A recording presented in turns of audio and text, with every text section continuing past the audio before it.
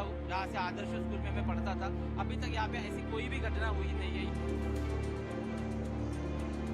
अगर इस देश में अगर आपको ये रेपिस ये बंद करना है तो खुलेआम एक या दो अपराधियों को खुलेआम फांसी दो। जनता के सामने अगर बंद करनी है तो आपको कानून में एक कानून को बदलना पड़ेगा।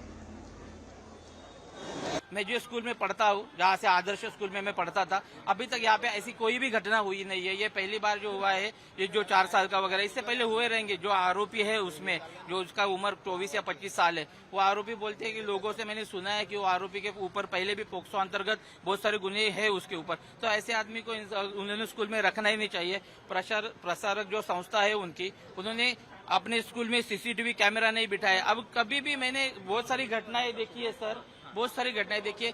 सब कुछ होने के बाद इनको याद आता है सीसीटीवी बिठाओ। ऐसा क्यों? आपके बच्चे नहीं पढ़ते? आपकी माता बहनें नहीं है क्या? आप लोगों ने समझना मांगता ना। आप हमसे इतना पैसा लेते हो, इतने सारे हमसे फीस लेते हो, तो आपका काम है। हम अपने बच्चों को स्कूल में भेजते हैं। क्यों भेजते हैं? आपके भरोसे पे भेजते हैं। नहीं तो हम घर में भी पढ़ा सकते हैं ना।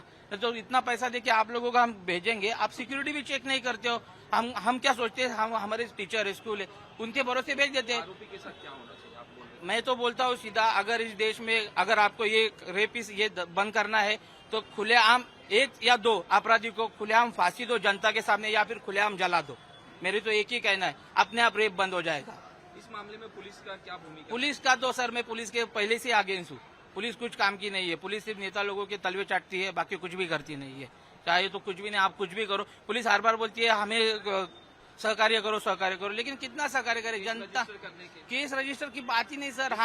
हम आपको, उन्होंने केस रजिस्टर किया 12 घंटे के बाद। ये हुआ है 12 तारीख को, केस रजिस्टर हुआ है 14 तारीख को। 2 दिन के बाद अगर ये क्या करते ये लोग?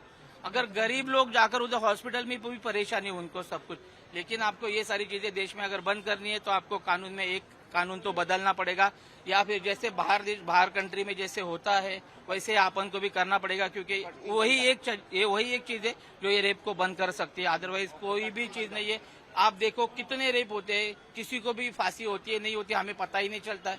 तो दूसरा कोई यही नहीं करता है ना। डर ही नहीं है। डर पैदा करो, डर बनाओ। डर अगर बनाओगे तो ये चीजें होने वाली है। नहीं तो जिंदगी में कभी भी ना आपकी माँ बहन सुरक्षित है, ना मेरी माँ बहन सुरक्षित है। ये जो आक्रोश है ये जनता का पूरी सिस्टम के लिए है। पुलिस प्रशासन है, हॉस्पिटल है, और उसके बाद अभी भी जो चल रहा है, जो आंदोलन कर रहे हैं उनके ऊपर जो जोर जबरदस्ती चल रही है वो भी सही नहीं है। तो ये पूरा सिस्टम है, उसके लिए जनता भी रेलवे ट्रैक पे आई है। अगर आप देखोगे कि कोई भी नेता, कोई भी आमदार खासदार यहाँ पे आया नहीं है कि आप आके बात करो लोगों से, क्या है इसका मसला, कैसे हम लोग निकालेंगे, but nobody is taking initiative. तो ये बढ़ता जाएगा अगर कोई इंटरफेयर नहीं करेगा। और पब्लिक बहुत परेशान हो गई है। ये पूरे सिस्टम के अगेंस्ट हमारी जंग है, और हम लोग जब तक इसका प्रॉपर सोल्यूशन नहीं निकलता हम लोग यहाँ से हटेंगे।